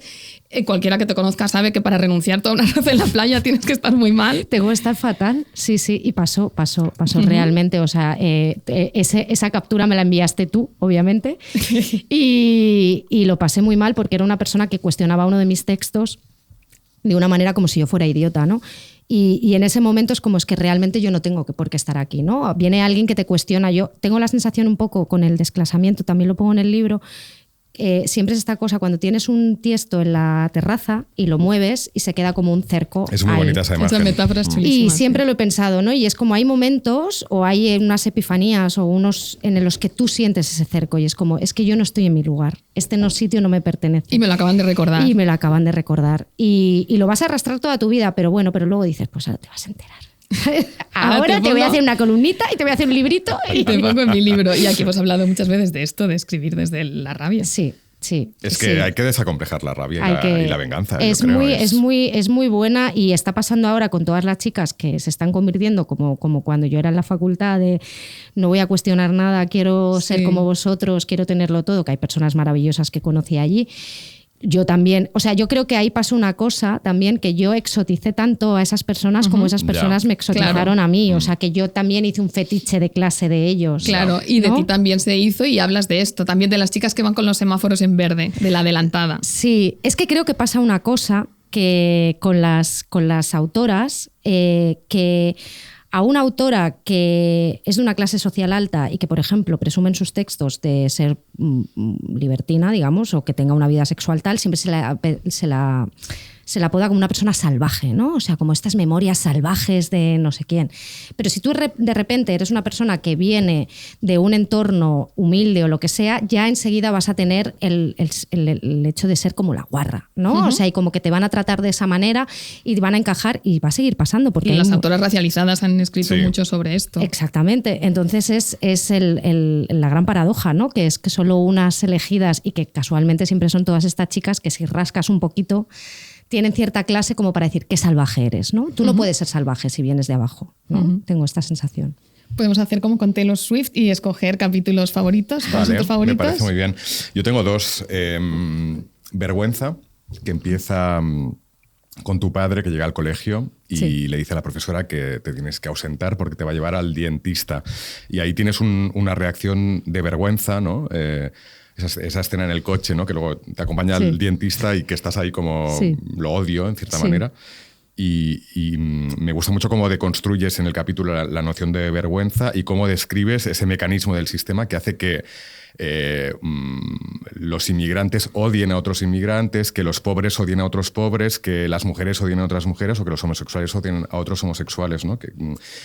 Me gusta cómo hablas de esa violencia social que nos hace odiar a nuestros semejantes, cerrar la puerta detrás de nosotros y toda esa fábrica del autoodio que se manifiesta al escuchar a tu padre decir dentista. Esto me encantó. Y luego me gusta mucho A mí no me llames víctima, otro capítulo que empieza con esta frase que comentábamos antes. La primera vez que escribí este capítulo estaba muy enfadada. Remake del original en el que efectivamente estabas muy enfadada. Y eso es. Y yo creo que literariamente, al margen del contenido, es lo más bestia del libro. Ay, muchas gracias. Ahí hemos coincidido, ese es mi favor también. Es uno de mis favoritos. ¿Sí? A mí no me llames víctima, sí, me gusta muchísimo. Claro. Y Domesticada. No hemos tratado este tema. Domesticada cierra el libro. Y la primera vez que me hiciste toda esta observación, fíjate en todas estas tías que están utilizando la palabra domesticar. Sí. Domesticar el deseo. Sí. Con repulsa. Me irritaba. O sea, yo creo que, no sé por qué, toda esta cosa como se utiliza desde un entorno, veo como muy liberal, muy hijo de la ilustración, ¿no? Toda esta cosa de, ay, estoy domesticada, la gente domesticada y tal. Y durante mucho tiempo yo he pensado, porque yo he sido una persona domestofóbica, he sido una persona que no quería ver lo que pasaba en mi casa, porque mi madre era una persona que su casa era su templo, era su momento, su cocina era su sitio de creación, digamos, que luego lo he entendido con los años, pero yo crecí rechazando eso. Yo no quería hacer, ¿no? No quería ser una persona que estuviera en la cocina, no sé cocinar. Es una cosa de la que me arrepiento muchísimo, porque ahora no sé hacer las lentejas de mi madre, las hace Javi, pero yo no sé hacer las lentejas. Y me da mucha pena, porque podía haber aprendido platos increíbles, el conejo al ajillo de mi madre, por ejemplo. Pero durante muchos años yo no estaba en casa, yo me iba por ahí, salía muchísimo, porque yo rechazaba todo aquello, ¿no? Toda la esfera doméstica. Toda la esfera doméstica me parecía una cárcel. Para mí la casa era una cárcel. Es como, uy, las mujeres aquí, por ver las mujeres de mi familia, que son mujeres cuidadoras, entregadas totalmente, son de otro planeta. Yo siempre digo que mis tías podrían haber arreglado, perdón, pues hablando a las distancias, pero mi tía Rosario podría haber hablado y solventar la crisis de los judíos y Gaza, porque ella lo arregla todo, ¿no? Tiene una capacidad resolutiva increíble ante los infortunios de la vida. Pero en ese momento, claro, yo, como he tenido esas dudas internas, claro, yo me he hecho ese viaje también de dudar de la domesticación y todo esto. Entonces ese capítulo va un poco en contra de esa rabia de las personas que utilizan, porque creo que muchas tías que hablan de domesticar el deseo y todo esto son tías que en el fondo pues no tienen que le limpien, o sea, tienen a alguien seguro que les limpia la casa, que les hacen todo y no quieren estar domesticadas porque ya son seres libres, ilustrados, fantásticos y vendidas a las ideas. Y esto me da un poquito de rabia, sí. Y hablabas de huir de la cocina y del modelo que se te presentaba de tu madre y las mujeres de tu familia. A mí me flipa una cita de Claire Marin que pones, que es: la persona en la que no quieres convertirte acostumbra a estar muy cerca. Para todos suele ser, para las mujeres siempre estamos huyendo, intentando no convertirnos en nuestras madres. Y hay un momento en el libro en que te das cuenta de que ese no es el objetivo. No, claro. Es que, pero es el viaje que tienes que hacer, ¿no? Y es una cosa que también me ha pasado con mucha gente hablando de todo esto, sobre los orígenes, y con muchas creadoras, porque al ser periodista yo he entrevistado a muchas personas que han hecho viajes parecidos al mío, e incluso gente que está en la cultura, que al principio intentaba hacer creaciones aspirando a hacer otra cosa, te dan cuenta que luego vuelves como arqueólogas, ¿no? A buscar aquello que es lo que te define lo que eres y que realmente ves que ahí hay tesoros, que hay que problematizarlos, que yo creo que no hay que hacer una cosa como qué bonito, qué puro, qué maravilloso, ¿no? Porque si tú rascas en todas las familias y en todas partes, hay cosas crudas que hay que contar y hay que bajar al barro y ensuciarse y verlo, ¿no? Pero sí. Y luego hay otra cita de Carl Jung que no conocía. Que bueno, esa es brutal, desde que la leí. Me emocionó mucho, que dice: nada impacta más en la vida de un niño que la vida no vivida de su madre, de una madre. ¿Cómo se aplica eso a tu relato en un libro que ante todo es un homenaje a tu madre? A ver, pues yo es que cuando leí esa frase... ¿Dónde la lees? Es increíble. Pues creo que fue en un texto de internet. De The Point. Todo te lo ha dado internet. Es que a mí me lo ha dado todo internet, por eso que odio que se esté gentrificando internet y que nadie pueda acceder y que todo sea muros de pago. Me parece una cosa horrible y horrorosa, aunque viva de contenido. Pero creo que es muy importante luchar por un internet libre. La leí en un texto de The Point, creo, de algún filósofo hablando de esto, hablando de Carl Jung, que esa frase me marcó porque realmente es eso. O sea, nada te influye más en la vida. A mí nada me había influido más que eso.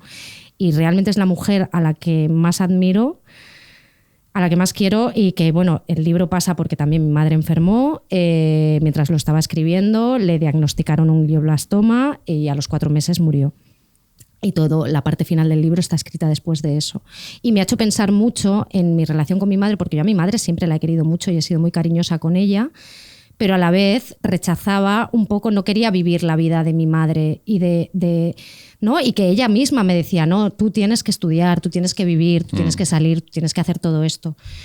Pero sí, es así. Y es como en el sentido de decir, yo estoy haciendo todo lo que ella quería que yo hiciera, de cierta manera, sí, es así. Y yo estoy muy orgullosa, y cuando me llegó el librito el otro día, lo llevé a su foto y le dije, mira, mami, ya está aquí el librito, ya lo tenemos. Qué bonito. Sí. Qué bonito. Pero es que estás prolongando la vida que tu madre no pudo tener por las circunstancias históricas, de clase social, de materialismo histórico, digamos. Y de todo, y que fue una persona entregada al cuidado y al que todo el mundo, o sea, ella valoraba más que nosotras estuviéramos bien que su propio bienestar, y es una cosa que a mí me ha dado mucha rabia siempre, porque es como, tú no has podido vivir, tú no te has podido enfadar por ti misma. Si se enfadaba era porque nos pasaba algo a nosotras o lo que fuera, ¿no? Es este prototipo de mujer entregada, y que la maternidad, y que yo creo que si alguien hubiese...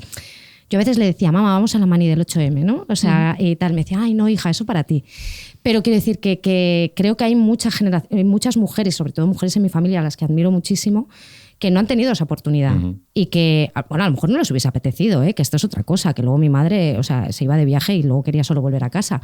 Pero que no han tenido esa oportunidad, y me da mucha rabia. Y entonces cuando leo todas estas cosas digo, claro, es que no se ha dado esa oportunidad. Es como si estuvieras vengando un poquito a tu madre, yo creo. ¿Ah, tú crees? Yo creo que sí. Ay, de manera inconsciente. Vamos a acabar el psicoanálisis. El psicoanálisis. De Chichinabo también. No, pero puede ser. El libro está partido en 2. De hecho, lo dejaste reposar un tiempo porque no tenías podía escribir. Capacidad material para escribir. Después volviste a él. Está perfectamente integrado. El libro es como esos árboles en los que cae un rayo y quedan partidos por la mitad y puedes ver las dos mitades, pero sigue manteniendo la estructura. Y tú misma te reencontraste con otra persona. Cuando volviste a leer los primeros capítulos dijiste, ¿quién es esta persona? Sí. ¿Qué era yo antes de la enfermedad de mi madre? A mí me pasó... me acordé mucho justo cuando pasó esto, cuando entrevisté a Patricia Lockwood, que su libro Nobody Talks About... No, se habla, poco se habla, ¿no? Nadie habla de esto, está integrada poco en se habla la de esto, historia algo de así. su sobrina. Sí. Era un libro que iba a ir sobre internet, y luego su hermana se quedó embarazada, que su sobrina vivió solo 3 meses, desarrolló una enfermedad cerebral muy bestia y se murió, y entonces en ese libro hay un socavón, ¿no? Y ella me dijo, no, yo quería que este libro tuviese socavón porque me pasó esto en la vida y lo tuve que acabar así. Y volví mucho a ella porque, claro, a mí también me pasó una cosa en la vida que no me hacía mirar, y de hecho cuando miro los 3 primeros capítulos veo que es una persona que no soy la persona que soy hoy en día, porque realmente a mí me ha cambiado la vida esto, y me ha hecho situarme. Y, o sea, yo no creo que la enfermedad te deba enseñar algo, eso es un discurso horrible, es asqueroso, no tiene nada, pero la vida, como antes hablábamos, hay cosas buenas, hay cosas malas, tienes que vivir con las cosas buenas y con las cosas malas. Y cuando veo a la persona que escribió esa primera parte, la veo como más naif.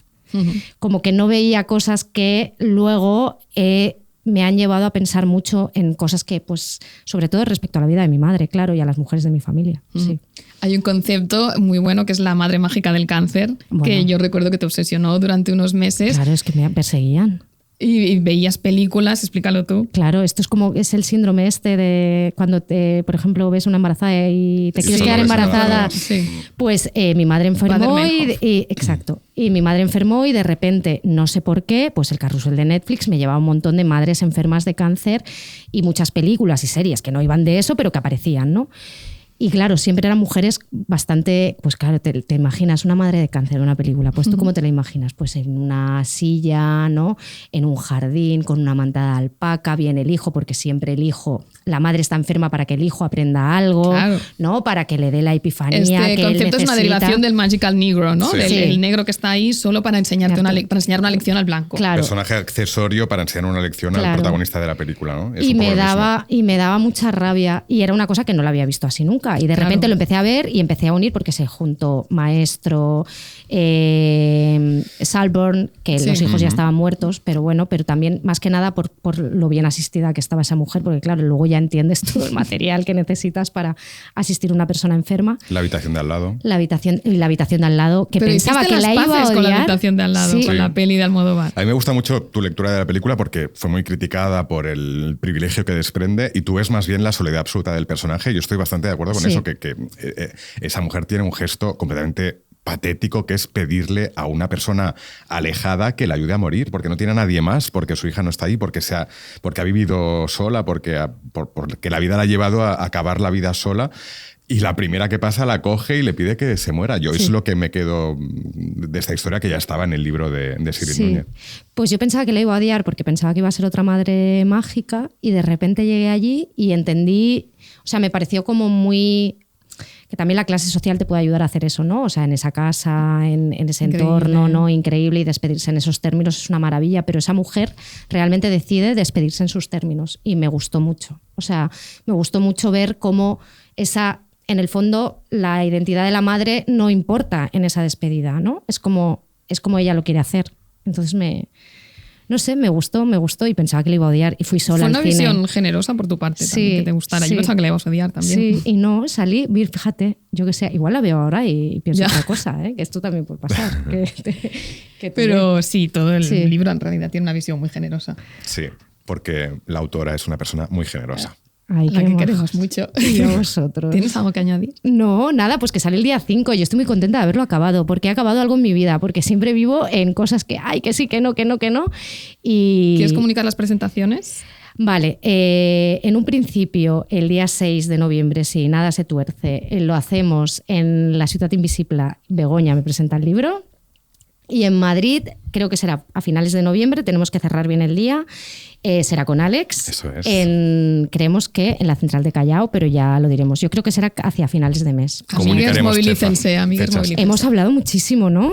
No, No, lo justo y poco, necesario. lo justo y Sí, sí. necesario. Vale. Nos quedaban aún preguntas, pero bueno, tal vez ya es suficiente, ¿no? Sí, Sí. tienen que descubrir Claro, algo que de se los lo lectores lean, que se también. lo lean, que Es se lo cortito. lean. Sí, venga. Atiende, amiga.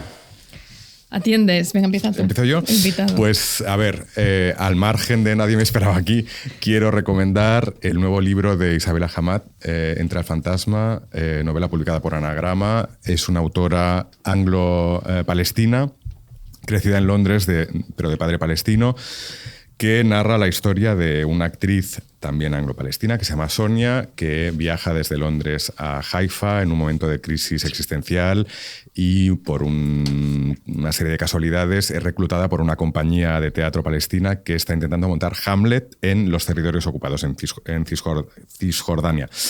Y a partir de ahí empieza una especie de viaje iniciático para ella en el que sale un poco de su solipsismo, palabra que utilizaba Begoña antes para hablar del estado de Taylor Swift, y se funde un poco en la comunidad. Es un libro realmente de una inteligencia alucinante. Además, has podido entrevistar a la autora. La pude entrevistar, es una persona de una inteligencia apabullante, tiene 33 años y la guapa sabiduría Ya, es algo que hemos y la comentado hemos mucho. comentado. la sabiduría de alguien de 70 o de 80. Y es un libro realmente muy impresionante. Escrito antes de octubre de 2023, se publicó a principios de 2023 y que es un poco un arma de doble filo porque, por una parte, claro, lo que cuenta ha envejecido un poco, que son porque este montaje de esta obra teatral se produce con todos los impedimentos infligidos por el ejército israelí, que interviene en la obra, que encarcela a un actor, que pone dificultades para el paso entre Israel y Palestina.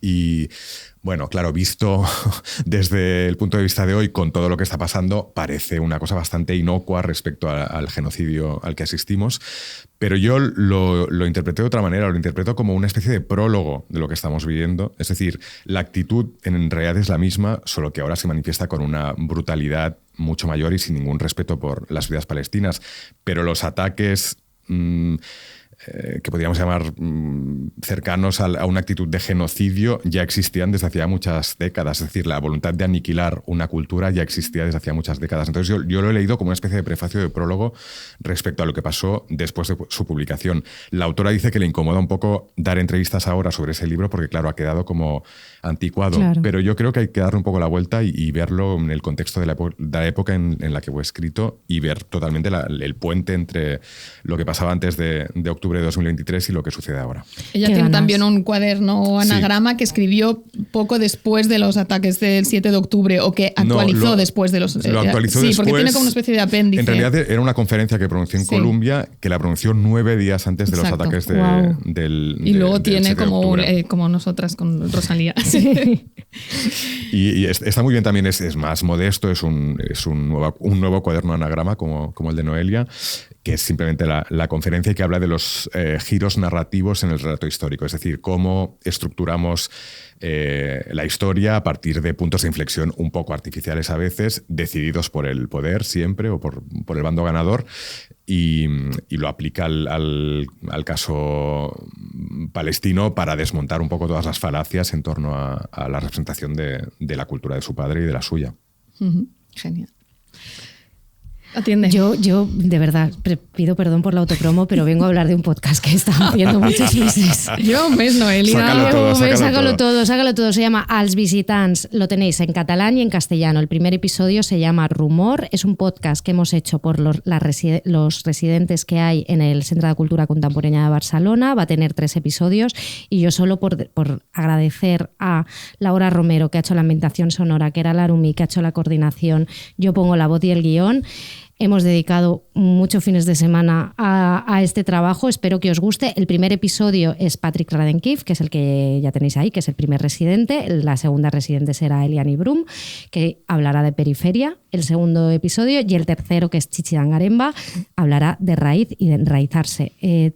Todas las obsesiones un poco del libro también están por ahí metidas y bueno, quiero agradecer sobre todo al equipo del CCB la paciencia que han tenido conmigo y de verdad... Qué maravilla de equipo, ¿eh? Y a toda la gente que ha participado. En el primer episodio está Isabel Cadenas Cañón, de Eso no se habla, Nuria Juanico, que hizo toda la investigación de los abusos en el Institut del Teatre, Ignasi Gonzalo Salellas, Mar García Puig, Amiguer, siempre fantástica, hablando de metáforas, que maravillosa como siempre. O sea que es esto. Ahí a mí me encantó. Yo he escuchado todo, el primer capítulo, que ya está disponible, y pensé, mira, Noelia adentrándose en el podcast serio, ordenado. Claro, es que es otro mundo, Bego. Claro. Y a mí me daba mogollón de miedo porque yo decía, claro, yo necesito a mi Bego ahí, que me da la contrarréplica y de repente yo hablando sola igual doy una...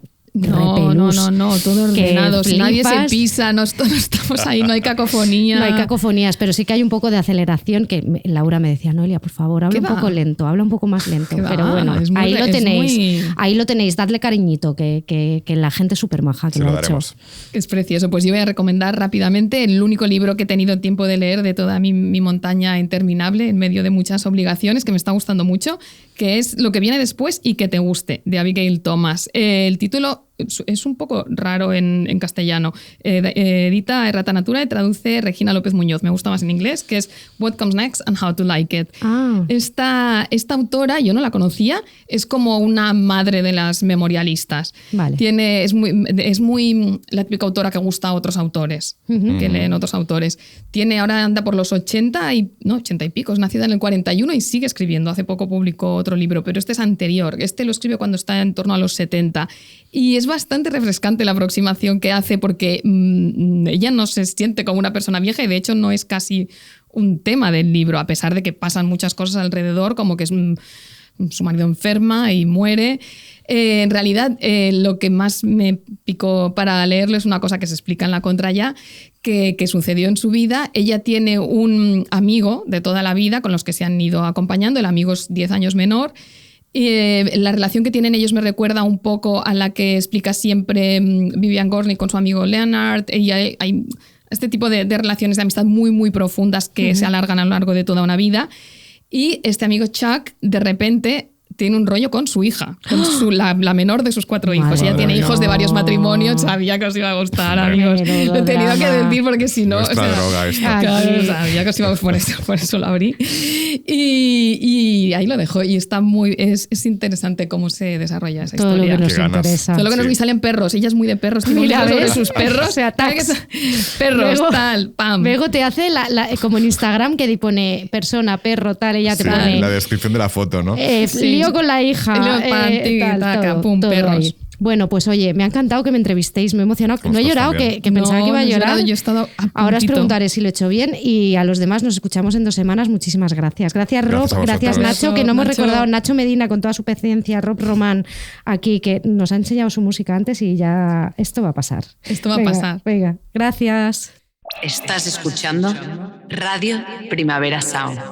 Proudly presented by Cupra.